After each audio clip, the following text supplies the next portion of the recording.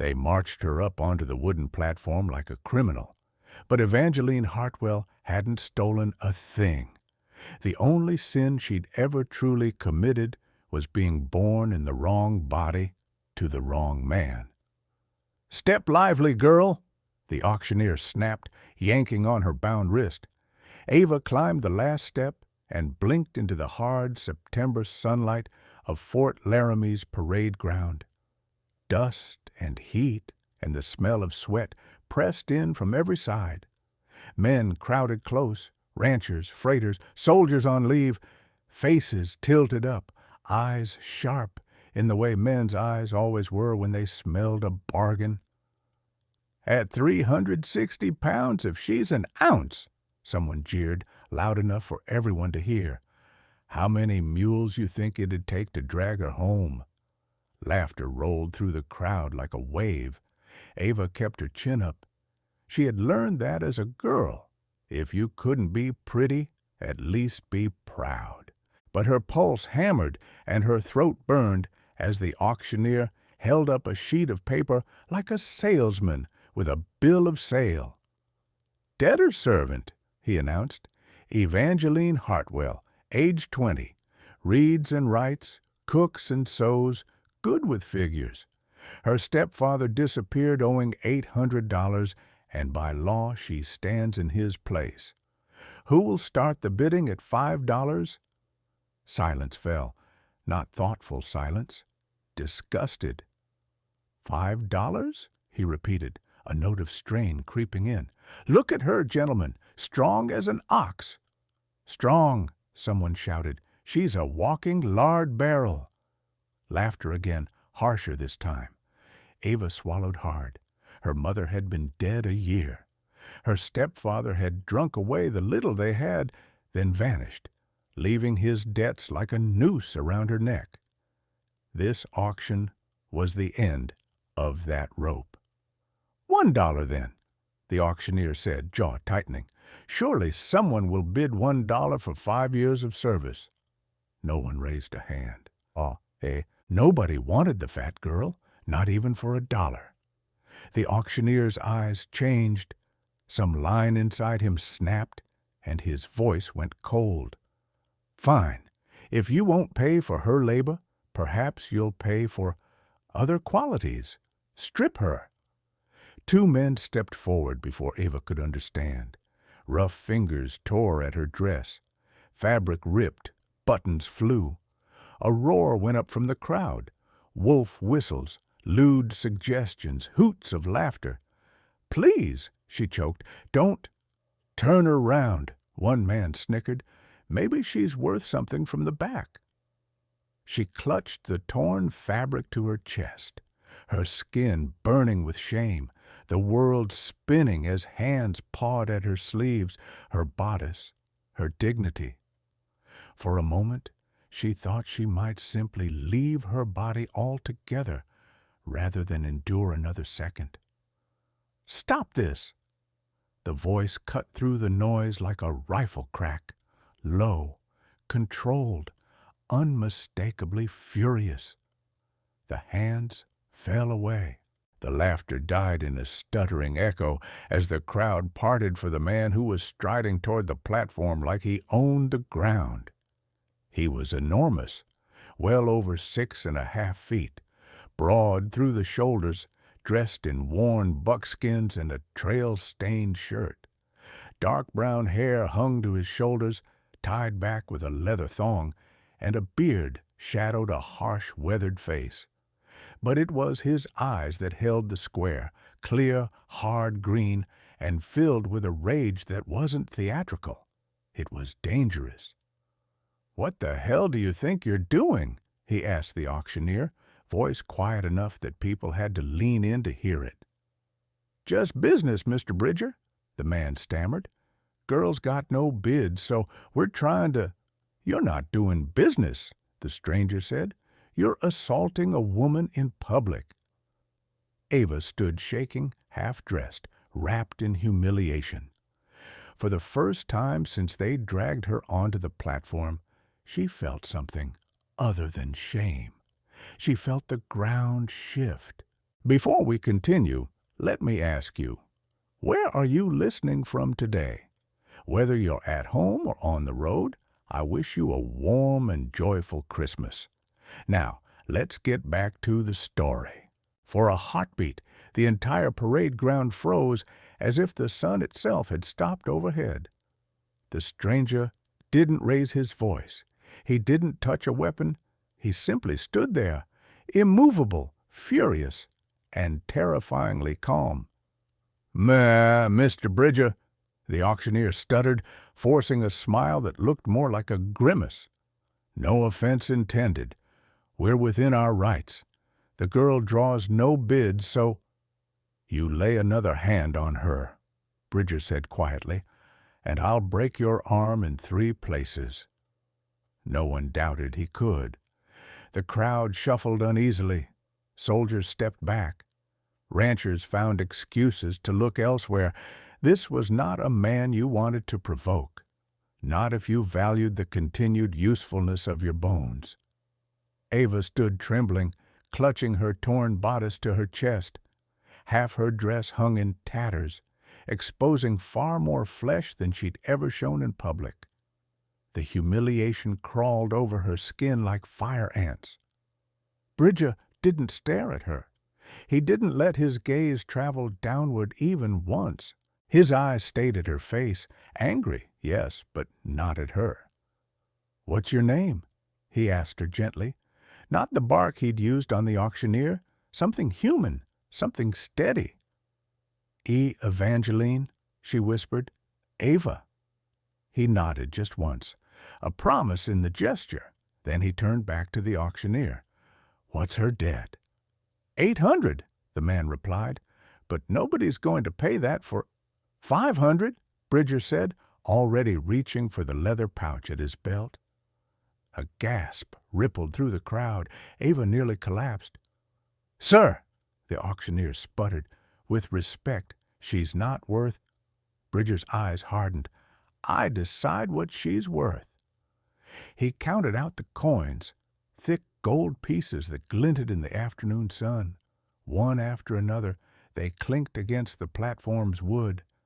The crowd watched, mesmerized.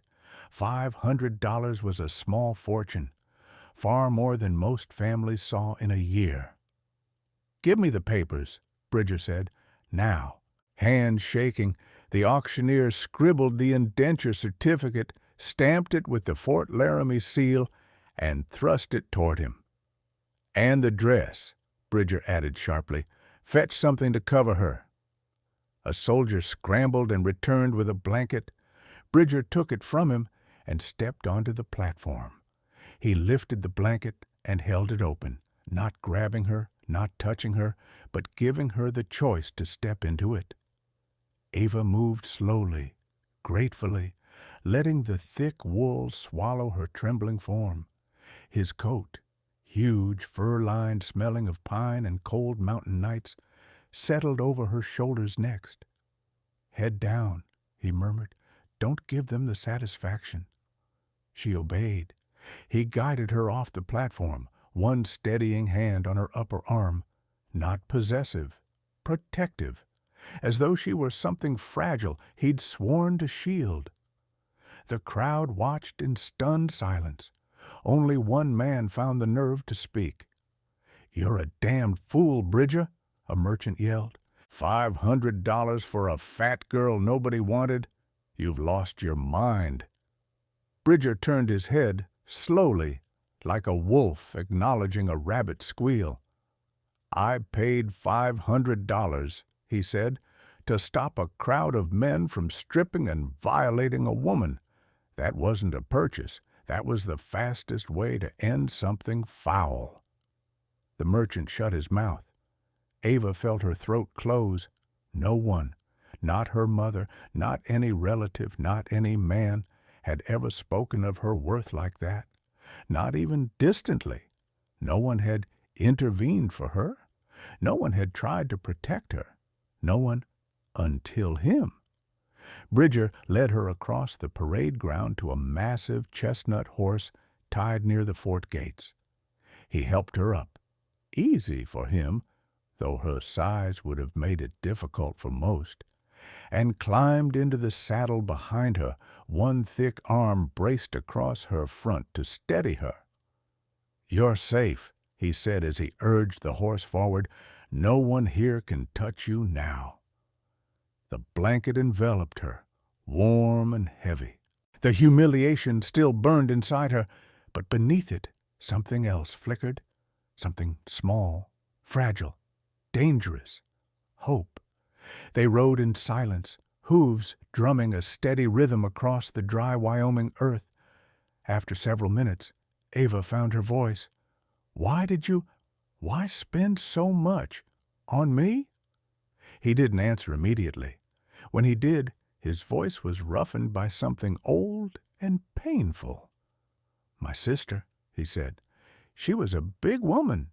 People mocked her every day of her life, treated her like she took up too much space in their precious world. I tried to protect her, but I was too late." Ava felt his breath tremble against her cheek. "She took her own life," he continued softly, "because cruelty wore her down until she thought she deserved it." Ava closed her eyes. "I won't watch that happen again," Bridger said. "Not to another woman, not while I'm still breathing." Her chest tightened painfully. "You're not my sister," he added. "You're not a replacement. You're someone who deserved help in her own right, and I had the means to give it." She swallowed. "I'm not worth $500. "Ava," he said gently, "you have no idea what you're worth." Her breath hitched. Ahead, the mountains rose like jagged blue knives. The world felt impossibly wide, and for the first time in her life, her future wasn't a sentence. It was a road. The farther they rode from Fort Laramie, the quieter the world became. The laughter and cruelty of the auction faded behind them, replaced by the whisper of wind through sagebrush and the steady clop of hooves on hard-packed earth. Ava held the blanket tight around herself, the fur coat still heavy over her shoulders. She could feel Cade Bridger's presence behind her, not overwhelming, not threatening, just solid. A barrier between her and the world that had torn her apart only an hour earlier. She had never felt protected before, not like this. "You're shaking," Cade said quietly. "It's cold," she managed. "It's fear," he corrected, but without judgment. Silence again. He wasn't going to pry. He wasn't going to force her to speak. Somehow, that made her want to speak more. "I thought they were going to—" Her voice broke. "I know," he said, "and you stopped it." "It should have been stopped long before I got there." Ava tightened her fingers around the horse's mane. "Do things like that happen often?" "Often enough," Cade said. "This territory's full of men who think the law is whatever profits them most." "You're not one of them." "No," he said simply. "I'm not." The horse climbed a gentle slope, the land rising slowly toward the foothills. The mountains ahead loomed larger, their peaks dusted with early snow. Ava stole a glance back the way they came, toward the fort, toward the humiliation she wished she could forget. Cade noticed. "Don't look back," he murmured. "Nothing behind you is worth remembering." That almost undid her. "How far is your homestead?" she asked, needing distraction. "Another 30 miles, he said. "We'll stop halfway, let the horse rest, eat something." "Oh," she hesitated. "Are you sure I'm not too heavy?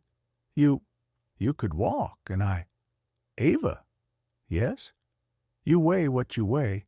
My horse can handle it, and you're not getting off until I say so." He paused. "The last thing you need is more pain today?" She swallowed. "Most men don't talk like that." "Most men are fools," he said, "or cowards." They traveled until the sun dipped low, painting the plains in warm gold. When Cade finally pulled the reins and guided the horse toward a sheltered grove near a stream, Ava's legs were stiff, her muscles shaking from holding herself so tightly. Cade dismounted first, then turned to lift her down. "Hold on to me," he said. I can manage," she protested. He ignored that. One arm went under her knees, the other behind her back. He lifted her as if she weighed nothing. Ava gasped, startled, but Cade's expression didn't change. No strain, no disgust, no commentary. He set her gently on the ground, steadying her until her legs remembered how to work. "No shame in needing help," he said. "You've gone through hell. Your body's in shock." He unsaddled the horse with practiced movements, then built a small fire. Ava sat on a fallen log, trying to make herself small, even though her body refused to obey such a wish. Cade handed her a tin cup of warm broth and a strip of dried meat. "Eat slowly," he said. "Your stomach's probably a knot." Ava obeyed. The broth was simple, just hot water and a bit of bone stock, but it warmed her from the inside. When she finished, he refilled her cup without asking. "You don't have to serve me," she said, embarrassed. "I'm not," Cade replied. "I'm feeding someone who's shaking hard enough to rattle tree branches." Ava almost smiled. The fire crackled. Night settled around them, cold, crisp, a blanket of stars overhead. Cade sat across from her, elbows on his knees, gaze fixed on the flames. "Ava," he said softly, "I need you to hear something." She looked up, tense. "You are not property," he said. "Not to me, not to anyone." Her throat tightened. "But the papers give me responsibility," he said, "not ownership. You'll work with me, not for me. You'll have your own room, your own space, your own say. And if at any point in the next 5 years you want to leave—" "I can't," she whispered. "The law—" "Then I'll find a way around the law," Cade said bluntly. "I don't follow unjust rules." His certainty shocked her. "You'd risk trouble for me?" "I'd risk more than that." The wind shifted. The fire popped. Ava stared at him across the flames. "You don't know me," she said softly. "I know enough. I know they tried to break you, and you didn't let them. I know you have dignity most people never find. I know cruelty hasn't made you cruel." "You don't know my flaws," Ava said. "I've got enough of my own. It's a fair trade."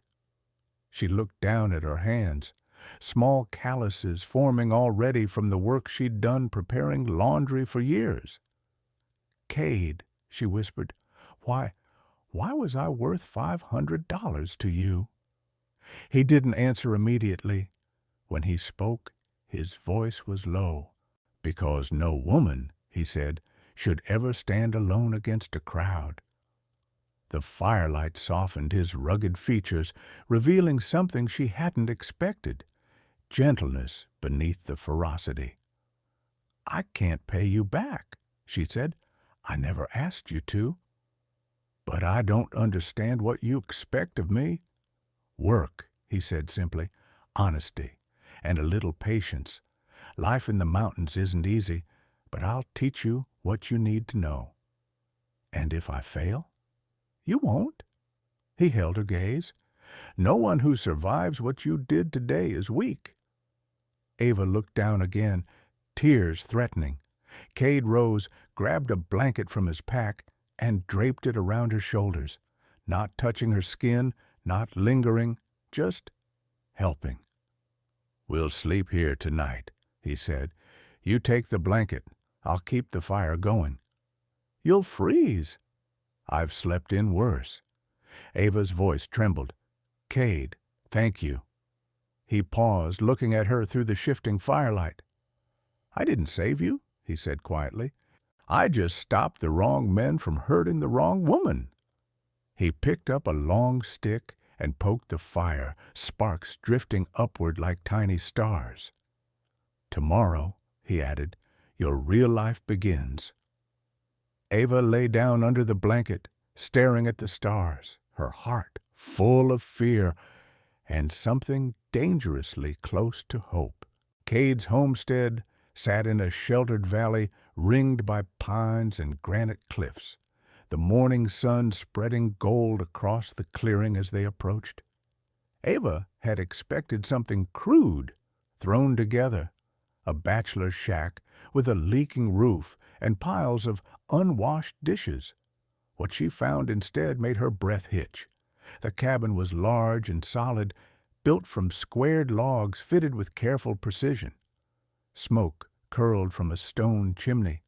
A small barn stood nearby, sturdy and well-maintained. There were fence posts, a garden disturbed by frost, a shed neatly stacked with firewood.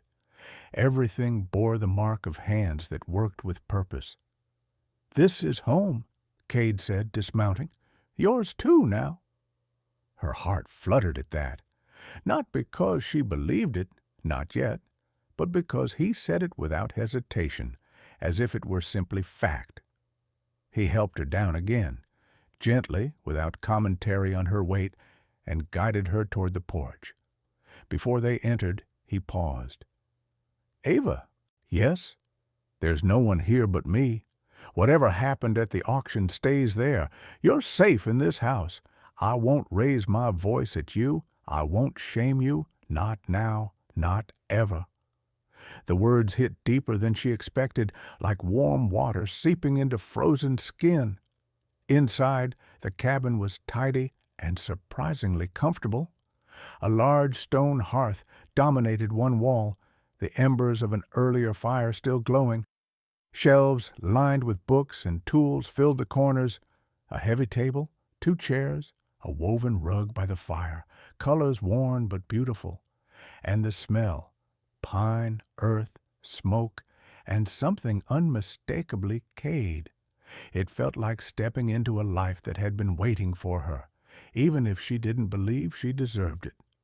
"Your room's here," Cade said, opening a door. "Used to be my sister's. I kept it mostly the same." Ava stepped inside slowly. A small bed with a handmade quilt, a dresser, a window looking out over the pines. Not fancy, but warm. Safe. "It's lovely," she whispered. Cade nodded. "Rest a moment. Then I'll show you the kitchen and the pantry." By noon, she was already working, by choice, not command. The kitchen was small, but well made. Cade had built the counters at a height perfect for someone taller, which meant Ava didn't need to stoop awkwardly. He showed her the pantry stocked with flour, beans, dried meat, jars of preserves. "You'll cook whatever you like," he said. "If you need ingredients, tell me. I make runs to Laramie once a month."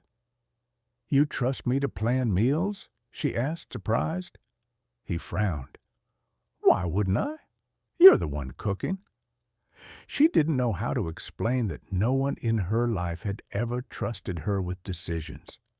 No one had ever believed she could manage anything.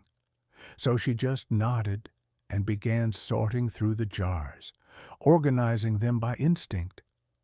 Cade chopped firewood outside, his axe striking rhythmically. Ava stole glances through the window as she kneaded dough. He moved with a strength that wasn't aggressive, but assured, like he knew the land and his place in it. She wondered what it would feel like to belong somewhere the way he did. At midday, she prepared a simple meal: fresh bread, beans simmered with dried herbs, and a pot of tea. She hesitated as she set the table. "Cade, food's ready."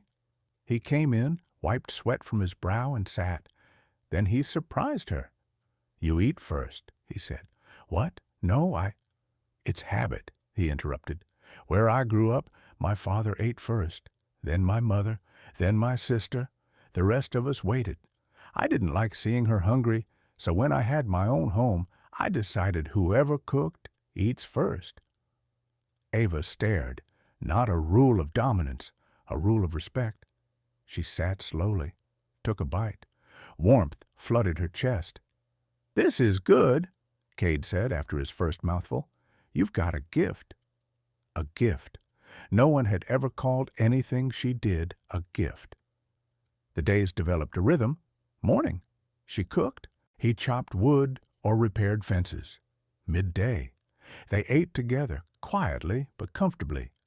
Afternoon, she cleaned, organized, or tended the small herb patch while he worked the land or hunted. Evening, they sat by the fire. Cade read from one of his worn books, sometimes aloud when he sensed she was curious. Other nights, they simply talked. She learned that his sister, Mary, had been large like her, teased, ridiculed, overlooked. Cade had adored her. She died young, taken by a fever that swept through the valley despite everything he tried. His voice always softened when he spoke of her. "You remind me of her sometimes," he said one evening. "Not your face, not your size, your stubbornness, your quiet strength." "Quiet?" Ava laughed softly. "I've never thought of myself as quiet." "You are, not silent, just steady." Steady. Another compliment she'd never earned from anyone else. "What about you?" he asked one night. "What do you want?" "For your life, I mean." The question startled her. I've never thought about it." "Try." Ava looked into the fire. "I want to be useful, to matter to someone, to not be a burden." Cade's brow tightened. "You aren't a burden." "I was always told." Then they were wrong. His voice held no hesitation, no doubt, just truth spoken plainly. The warmth that spread through her chest had nothing to do with the fire. One afternoon, he found her struggling with a heavy bucket of water. Without a word, he stepped forward and took half the weight. "You don't have to," she began. "You'll hurt your back," he said simply. "Let me show you a better way." He taught her how to brace her knees, how to lift with her legs, how to balance the load so her shoulders didn't strain. Practical, patient, careful instruction. Later, he showed her how to split firewood, guiding her hands on the axe handle, standing behind her, but not touching her unless necessary. "Good," he murmured as she completed her first clean split. "You're stronger than you think." Her heart fluttered ridiculously. The biggest shock came when the weather turned colder and Cade quietly built a second bed frame, bigger, sturdier, with reinforced slats. "You didn't have to," Ava said, touched and embarrassed. "I did." He paused. "I don't want you sleeping on something that creaks every time you breathe. You deserve comfort." No one had ever said she deserved comfort. Her throat tightened. "Thank you." He only nodded and went back to sanding the wood. As autumn deepened, so did the quiet companionship between them. Cade checked the path every evening to make sure predators hadn't come too close. He brought her wildflowers when he found them.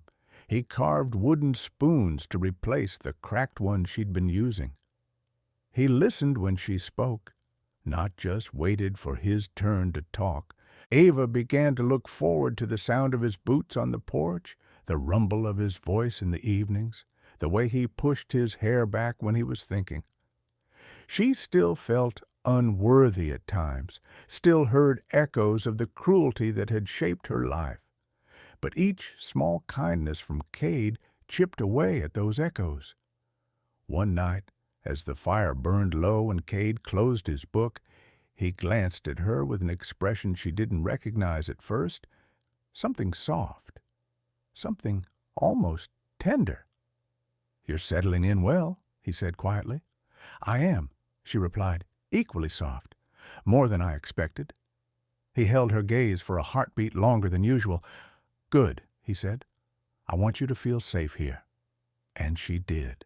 For the first time in her life, she truly did. Winter settled early in the valley, softening the world with quiet snow and pressing Ava and Cade into closer routines. They worked side by side now, not out of necessity alone, but because the silence between them had grown comfortable, familiar, warm.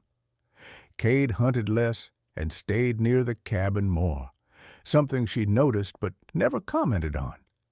He seemed to circle the homestead the way a wolf circles what he wants to protect, eyes always scanning the tree line, shoulders always a little tense.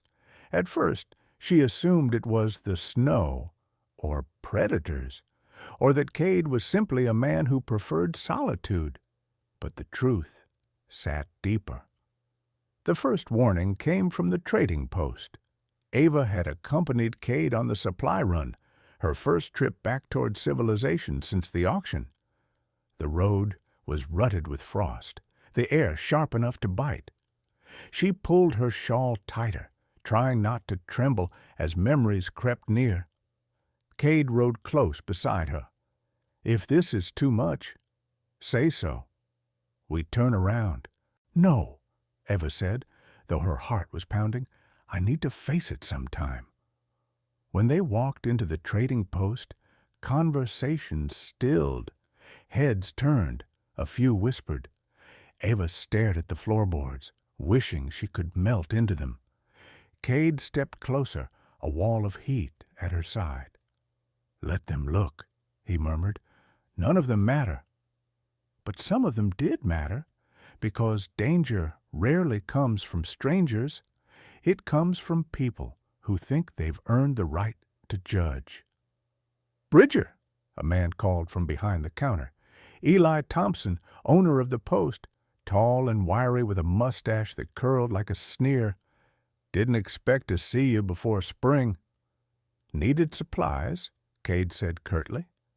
Eli's eyes slid to Eva. "Brought the girl with you this time. Brave of her. Folks in town have long memories." Cade's jaw tightened. "Shouldn't matter." "It does," Eli said. "There's talk." Ava's stomach dropped. "Talk? Some folks say Bridger bought you for $500 for reasons that ain't respectable." Cade stiffened. Eli continued, unbothered. "Others say Bridger's hiding a debt servant illegally, that you're not performing your terms. Some say the sheriff's getting involved." Ava swallowed. "But Cade followed the law. The papers—" "Law don't matter if folks want trouble," Eli interrupted. "And they do. Especially that creditor who lost $800 when your stepfather vanished. Man's stirring things up, saying Bridger's protecting stolen property." Cade stepped forward, the air tightening around him. "She's not property." Eli lifted his palms. "Not my argument, Bridger. I'm just telling you what's being said." Ava's hands trembled. She'd known the past wasn't gone, but she hadn't expected it to be hunting her. On the ride home, Cade was silent, face carved from stone. "Say it," Ava finally whispered. "Say I'm a burden, that I brought danger to your home." He reined in hard, turning the horse toward her. "You are not a burden." "But you didn't ask for any of this," he said. "You didn't choose the debts, or the auction, or the cruelty of cowards who can't stand to see someone survive what they meant to destroy." Her breath hitched. "Ava," he said more softly, "you're not the problem. The problem is men who think they own everything they touch." His green eyes softened. "I won't let them take you." But the danger wasn't only outside. There were secrets inside their cabin, too, buried truths that had shaped them into who they were. One evening, as snow whispered against the windows, Ava found Cade staring at the fire, knuckles wide around the mug in his hands. "Cade?" she asked gently. "What is it?" He didn't look up. "My father was a hard man, the kind who believed strength meant silence. He taught me to fight, to build, to survive. but never to feel. Mary was the only softness in our home. When she died, I didn't know how to go on. Ava sat beside him. You went into the mountains. I hid, he corrected. For years, told myself the world had nothing left for me. Hunting, building, reading, those were simple. People weren't. Yes, Ava whispered. People can hurt you. He finally looked at her. You don't know how hard it is to see you flinch at shadows that look like memories. To know someone made you afraid of yourself. Her breath caught. Ava, he said, voice low, whatever they told you when you were growing up about your size, your worth, your place, it was wrong. Every word of it. Her throat tightened. My mother tried to protect me, but my stepfather, he said I was the reason she died, that feeding me drained the household, that if I weren't so heavy, she wouldn't have gotten sick. Cade's jaw clenched. None of that is true. I know that now, she said, but I didn't then. He reached for her hand, slowly, as if offering her the chance to pull away. She didn't. I wish I'd been there, he murmured. I wish I'd met you 10 years earlier. You deserved someone to stand between you and the world. You're doing that now, Ava whispered. He exhaled shakily. I shouldn't want to. You're under contract. There's a power gap. I have no right to feel. Feel what? She asked, heart pounding. He swallowed, hard. Protective, angry on your behalf, drawn to you, more than I should be. Ava's breath trembled out of her. Cade. He let go of her hand abruptly, as though afraid of what came next. Until you're free, there's a line I won't cross. She stared at him, her heart torn between gratitude and longing. I understand. But she didn't move away. Neither did he. The fire flickered between them, warm and fragile. The threat arrived 3 days later, a hammering on the door, loud, violent. Cade was up instantly, reaching for the rifle he kept near the hearth. Ava froze. Cade looked back at her. Get behind me. Her legs moved before her mind could. He opened the door, and Sheriff Harlan stood there, 3 armed men behind him. Evening, Bridger, the sheriff said, eyes cold. We're here to collect what's owed. That girl belongs to the creditors, and you've been harboring her illegally. She's not going anywhere, Cade said in a low, dangerous growl. But the sheriff smirked.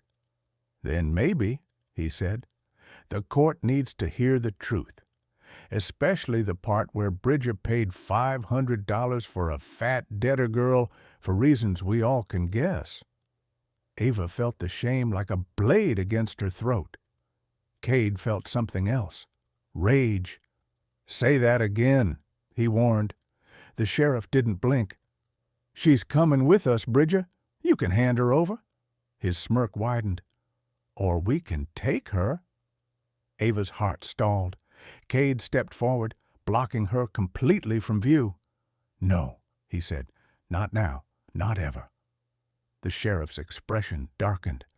Then prepare yourself. This isn't over. He turned.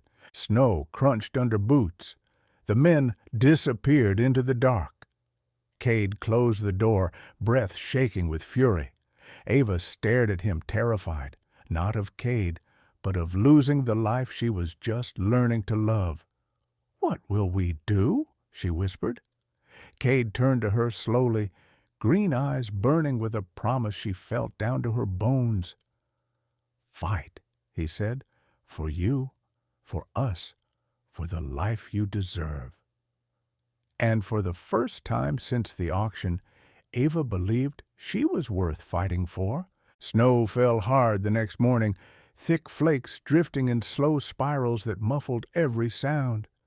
The world outside Cade's cabin looked peaceful, white, clean, untouched. Inside, the air crackled with tension. Ava had barely slept.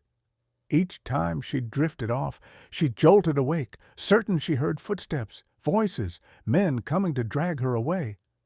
Cade had kept watch all night, a silent sentinel by the window, rifle across his lap.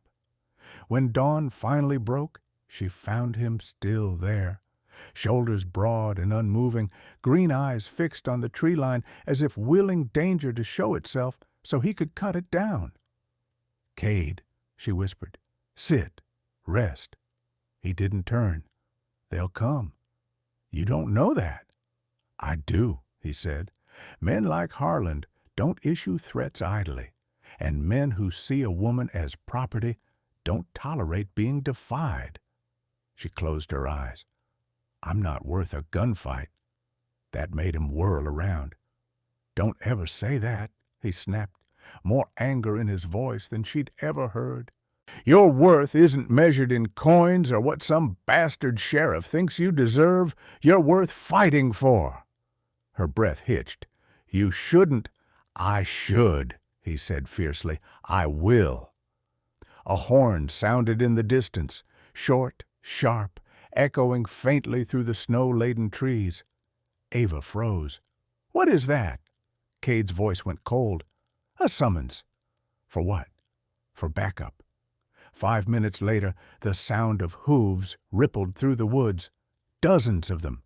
Then dark shapes emerged. 3 riders, then 5, then more. Figures wrapped in coats, rifles in their hands. Sheriff Harland at the front, mounted and smug. The dread in Ava's chest felt like drowning. Cade opened the door but didn't step outside. He planted himself in the frame, a wall of muscle and defiance. "Morning, Bridger," Harland called. "Brought some men with me. Town council voted. That girl belongs in county custody until the debt's settled." "She belongs nowhere you're standing," Cade replied.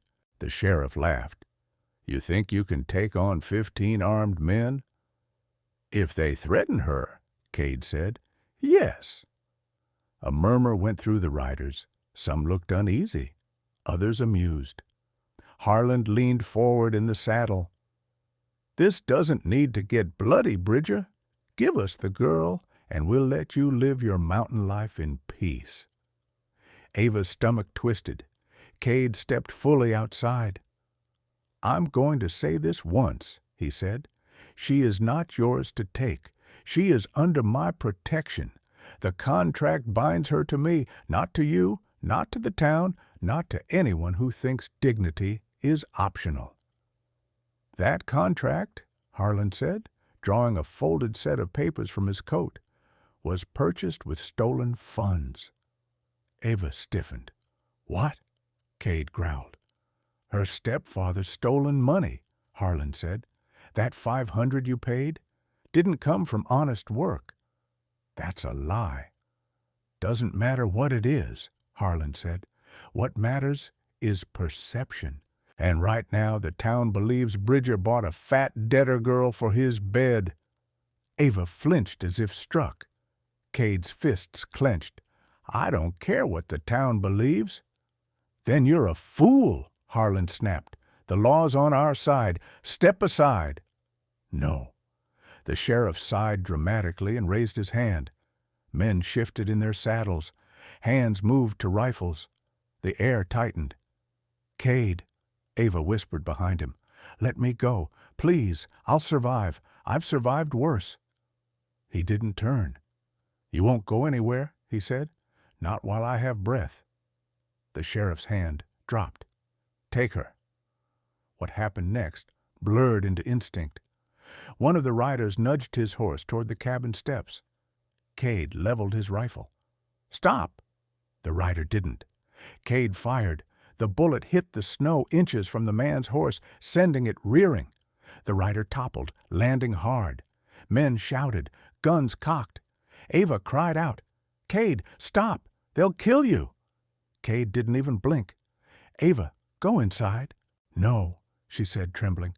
"I will not hide while you fight for me. I won't let you stand alone." He turned then, just enough for her to see the war on his face. Fear for her, never for himself. Ava! She stepped beside him instead of behind. The sheriff blinked at that. Well now, the girl's got some backbone after all. Ava lifted her chin. More than you ever will. A murmur rippled through the riders. Cade's jaw tightened with pride so fierce it almost shook her. Harland, Cade said, this ends one of two ways. You leave or you bleed. The sheriff hesitated for the first time. That one heartbeat, the flicker of uncertainty, shifted the entire balance. A voice called from the back of the group. Sheriff, this ain't right. You're going to start a war over a servant? Someone else muttered, Bridges got a point. The auction was a damn disgrace. Harlan's eyes narrowed, calculating. He was losing them, and he knew it. Fine, he spat. We'll let the judge decide this, but don't get comfortable. This isn't over. He wheeled his horse, the men retreating with him into the falling snow. Silence returned. The threat didn't. Ava sagged against the doorframe, shaking.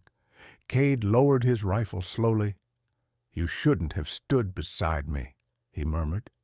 Yes, she said softly. I should have, and I will again. He turned to her then, something raw in his eyes, fear, relief, pride, something deeper he wouldn't name. But she felt it anyway. The bond between them was no longer just safety, it was choice. And neither of them could deny it now.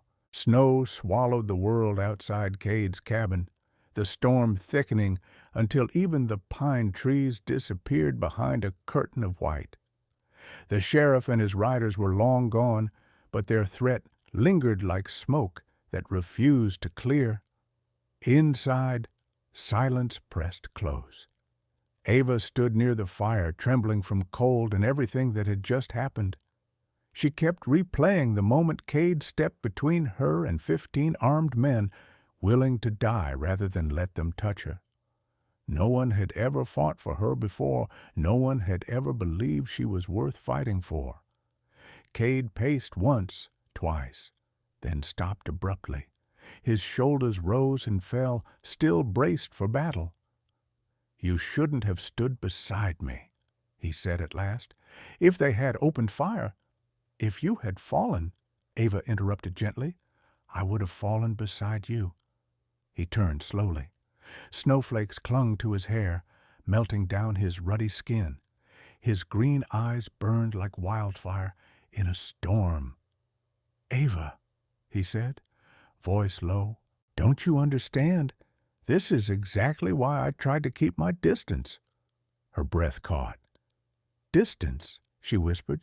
Yes, distance, walls, anything to keep you safe. Cade scrubbed a hand down his face, frustrated with himself. The sheriff isn't the only danger around here. I'm dangerous too. Ava frowned. No, you're not. Cade, you saved me. I bought you, he said bitterly. And now everyone believes you're here because I wanted a woman, not because you deserved protection. Ava stepped forward. I know why you bought me. Do you? His voice cracked. Because I'm not sure I do anymore. She reached out, hesitant, instinctive, and touched his hand. His entire body stilled, as if he'd been struck. You bought me, she said softly, because you couldn't stand seeing another soul crushed for the entertainment of cruel people, because you recognized a humiliation I'd endured all my life, because your heart is better than you think. He swallowed hard. You saw me, she continued. The world saw a fat girl. You saw a human being. Silence settled, warm, fragile. Then Cade took her hand in both of his, dwarfing it completely. His grip trembled. You're not just a human being, he whispered. Ava, you're the strongest woman I've ever known. You work harder than anyone I've met. You've transformed this place. You've transformed. His voice failed him. Transformed what? she asked, barely above a breath. Me? Her heart squeezed. Cade, I fought those men today because the thought of losing you. He shook his head helplessly. I can't breathe when I imagine it. I can't sleep. I can't think straight. Every day you're here, it gets worse. Worse? She echoed, eyes stinging. He stepped closer, heat radiating off his towering frame. Because I don't want to lose you when your contract ends, he said. Because every time you smile, something in my chest shifts. Because when you stood beside me today, I realized something I should have known months ago. Her heart thundered. What did you realize? She whispered. Cade cupped her face, gently, reverently, as if she were something precious. That I'm in love with you, he said. God help me, I'm in love with you, Ava Hartwell. Ava's breath broke on a sob. I thought you only saw me as a duty. Never, he said fiercely. You were never a duty. You were a miracle. Her tears fell freely now. Say it again, she whispered. I love you. Cade. She pressed her forehead to his chest, overwhelmed. I love you too, more than I ever thought possible. He closed his arms around her then, fully, completely, as if sheltering something irreplaceable. Outside, the storm raged. Inside, two lonely lives finally found their way home, and though neither said it aloud, both knew the truth. Their story had only just begun. Thank you for following this journey, from a brutal auction block to a snow-buried cabin where two people the world dismissed finally found someone who saw their worth. Ava's transformation wasn't about weight. It was about dignity, courage, and the quiet strength it takes to rise after humiliation. And Cade's wasn't about rescuing her. It was about learning he was worthy of love, too. Before you leave, tell me, where in the world are you listening from tonight?